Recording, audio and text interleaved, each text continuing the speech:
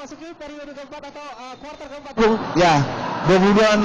Harusnya SMA Negeri 14 harus berhati-hati dengan poin yang sekarang sudah dicetak dari SMA Negeri 5 Surabaya itu 22. Ya.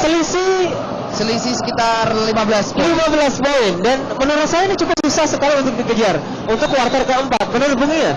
Kalau menurut saya sih masih bisa sebenarnya. Masih bisa, asalkan tadi balik lagi defense harus kuat. Setidaknya 5-1 ya kan. 5 poin untuk kita atau 6-2. 6 untuk poin dari SMA 14, 2 poin untuk SMA 5 Surabaya. Tetapi harus bermain dengan cepat. Ya, itu bisa. Ya? Jadi istilahnya itu kan juga harus dilakukan oleh coach. Kemudian gimana caranya defense sangat kuat, kita harus mendapatkan poin lebih cepat.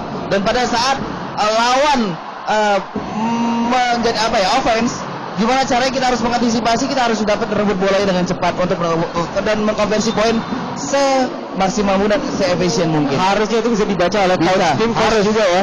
Untuk kuarter keempat ini gimana sih, apa yang harus diberikan oleh coach dari SMA Negeri 14 Surabaya biar player atau para pemain yang sedang bertanding dari SMA Negeri 14 Surabaya ini meningkatkan permainan mereka? Ya ini mungkin karena mereka juga mencoba menerapkan mencuri foul. Karena apabila tim foul, salah satu lawan atau SMA 5 tim foul, mereka mendapat bonus apabila mereka bisa bermain ke dalam. Ya, balik lagi kan, opportunity gagal. Atau juga merupakan salah satu masuk lagi dari SMA Negeri 5 Surabaya. Ya, ini yang saya bilang, dan yang sempat saya bilang, apabila mereka terlalu egois melakukan poin, tiba-tiba mereka gagal. Lihat, SMA 5 cukup cepat mendapatkan poin. Ini mungkin keberhasilan dari SMA Negeri 5 Surabaya dalam permainan pertandingan melawan SMA Negeri 14 Surabaya ini pengaruhi dengan tim coach juga yang sekarang lagi duduk nih di bangku tim coach. Kita bisa lihat sendiri kok Bung Ian, di bangku SMA Negeri 5 Surabaya beberapa sudah mungkin memiliki pengalaman dalam mengajar basketball. Tapi kita tidak underestimate dari tim coach dari SMA Negeri 14 Surabaya, terlihat masih muda sekali. Ya, karena mungkin ada sebuah peluang juga untuk pelatih dari SMA 14 Surabaya. Saya juga nggak tahu, belum ada data statistik. Data yang saya terima juga apakah ini adalah pelatih yang lama atau pelatih yang baru. Ya kan. Kalau saya pelatih yang baru, mungkin ada sebuah kesempatan dia untuk menunjuk gigi. Ya kan. Kalau saya gagal sekarang, masih ada game-game yang lainnya. Bisa diceritakan dulu mungkin ya. Tadi mungkin waktu live streaming aja, update people bisa tahu yang live streaming. Sekarang mumpung lagi live di SBO TV gitu, bahwa komentator kita yang satu ini dulunya sempat menjadi tim pelatih ya. Salah satu pelatih atau satu-satunya pelatih dari SMA Trimurti Surabaya. Waktu itu saya asisten coach ya. Dari SMA Trimurti. Itu biasanya apa yang dilakukan, coach? Jangan lah. Istilahnya, yang balik lagi kalau ada seorang pelatih ya kan, pada saat bertanding, ya mereka harus tahu juga kalau saya seorang pelatih, saya akan melihat pada saat pemanasan. Seperti apa pemanasan mereka? Ya kan, pada saat pemanasan saya mau lihat siapa key player mereka, sudah pasti kita punya informasi mencari data sebelum bertanding ya. Kita lihat seperti apa permainan mereka sebelum mulai. Dan pada saat itu kita sudah melakukan strategi. Gimana cara menghadapinya? Pattern apa yang harus kita lakukan? Defense-nya harus seperti apa? Apakah man to man atau 2-3 atau seperti apa? Ya kan, kita juga harus tahu. Dia bermain seperti ini. Kita harus mengantisipasi dengan seperti apa. Dan offense, mereka defense seperti ini. Kita harus offense seperti apa? Itu harus ada. Sebuah pelatih harus ada plan A, plan B sampai plan C. Seperti Z mungkin ya, mungkin Z. Nah, plan apa yang dilakukan ketika kita menemukan bahwa lebih banyak para pemain yang ada di tim itu bukan pemain yang memiliki skill bagus dalam basketball? Ya, jadi gini. Gimana caranya kita mencari kekurangan dari lawan? Itu akan kita cari celah. Karena ya dengan kekurangan kita harus juga nunjukin ke kelebihan kita juga dong. Harus menutupi. Ya dengan cara kita harus bermain passing game atau segala. Mungkin banyak cara yang harus dilakukan. Ini basket, apapun bisa terjadi. Apapun bisa terjadi. Nah, kalau kita berbicara dengan SMA Negeri 5 Surabaya, mungkin tadi di live streaming sbowebtv.com/live, people sudah mengetahui informasi yang diberikan oleh Bung Ian bahwa kekurangan dari SMA Negeri 5 Surabaya ini. Di samping permainan mereka yang cantik. Mungkin sekarang lagi live, mungkin people ingin mengetahui sebenarnya kekurangan dari SMA Negeri 5 Surabaya apa sih yang bisa dimanfaatkan oleh SMA Negeri 14 Surabaya untuk mengejar poin. Sebenarnya kalau kita lihat dari segi defense mereka sudah kuat, tetapi ada beberapa celah yang mereka tidak lihat. Di mana seharusnya saya berdiri, di mana ada lawan, harusnya dia tahu. Bola saya lawan harus tahu, tapi dia nggak tahu. Oh, di belakang sudah ada lawan yang kosong. Nah itu yang mereka, ya itu yang celah yang saya lihat. Kecolongan lah. Kecolongan. Gitu ya. Ibarat kalau defense itu triangle defense itu sudah basic dasar seorang basketball ya kan, basic dasar bola saya lawan, di mana saya ada bola, di mana ada lawan harus kelihatan semua. Nah, tapi dia nggak ngelihat posisi defense dia juga salah. Oh, di belakang sudah kosong sebenarnya. Asalkan SMA 14 tadi bisa mengantisipasi passing bola, itu akan menjadi poin sebenarnya. Oke, luar biasa. Ini tinggal berapa menit, Bang? Tinggal under 2 minute. Under 2 minute ya. 1 menit 56 detik mungkin. Susah kalau sangat susah sekali ya. Karena Bang Ian sempat berbicara bahwa 2 menit terakhir adalah penentuan. Iya. Gitu. Dengan selisih angka sekitar kurang lebih 17 poin. 17 poin. Ini sangat susah sekali untuk SMA Negeri 14 Surabaya mengejar ketertinggalan dari SMA Negeri 5 Surabaya. Sangat susah. Karena sebenarnya 20 poin itu sangat berat. Walaupun kuarter pertama masih kuarter 4 awal kuarter 4 sebenarnya masih bisa, tetapi ini dengan running point cukup minim sekali untuk SMA 14 Surabaya. Kemudian juga jarak dari SMA 5 sama SMA 14 juga cukup jauh, waktu sangat sedikit. Itu akan membuat semakin susah. Ini Bang Ian kan sempat menjadi asisten coach, gitu kan. Selain diajarkan beberapa skill untuk bermain basketball dan segala macam perintilan tentang permainan itu sendiri, diajarkan nggak sih untuk ikhlas lahir batin menerima kekalahan? Ya harus. Ya balik lagi. Kita biasa kalau pada saat selesai bertanding, kita akan evaluasi. Kenapa kita kalah? Kenapa kita gagal? Karena aku juga sebagai coach dan asisten coach, sebuah kewajiban juga kita harus mengangkat mental mereka.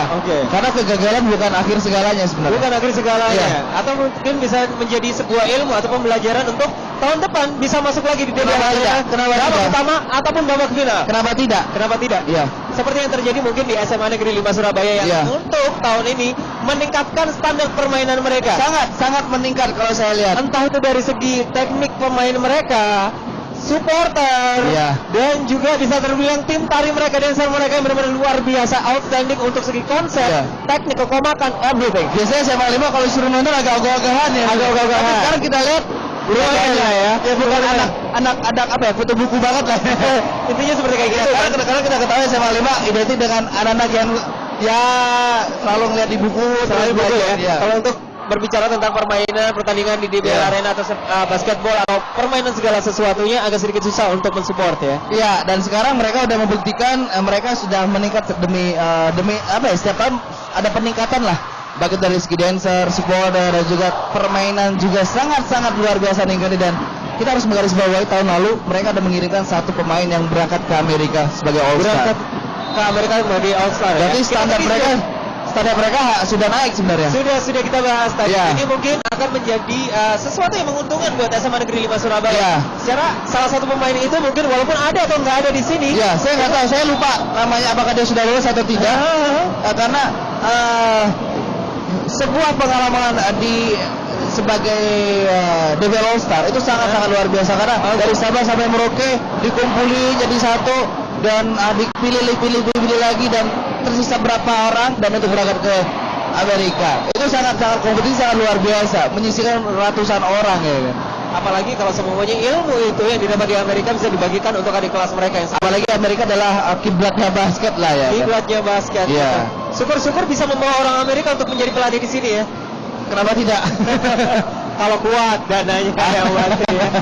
Aduh. Tapi kalau kita berbicara tentang olahraga, apapun jenis olahraga itu, entah itu basketball, sepak bola, apapun itu yang ada di Indonesia, sportivitas dijunjung tinggi. Pernah nggak sih Bung melihat salah satu permainan gitu di mana tim yang kalah itu nggak sportif menerima kekalahan mereka dalam basketball di DBL Arena?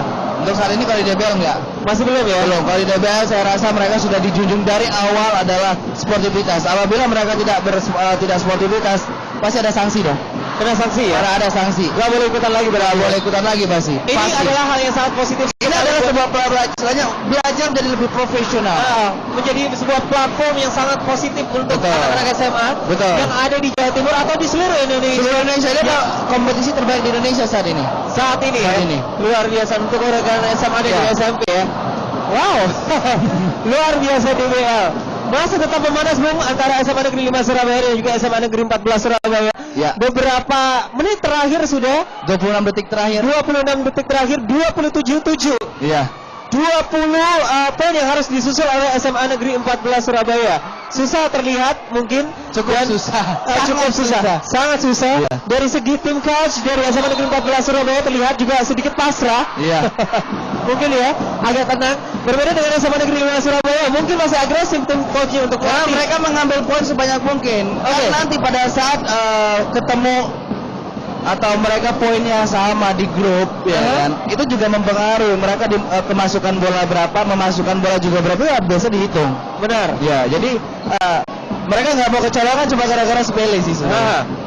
Di permainan berikutnya setelah dari SMA Negeri 5 Surabaya dan juga SMA Negeri 14 Surabaya, akan ada SMA Saint Louis 1 Surabaya dan juga SMA Negeri 1 Krian Sidoarjo. Saint Louis juara. Kita berbicara Saint Louis selalu identik dengan juara. Tahun lalu berhasil mengawinkan juara. Tim putri dan juga tim putra. Saya mungkin bisa memprediksi untuk kali ini bakal bisa menjadi pemenang juga untuk maju ke babak berikutnya. Kalau menurut saya, we'll see. Ya 70% ya. Oke. Kita boleh memberikan update buat update TV.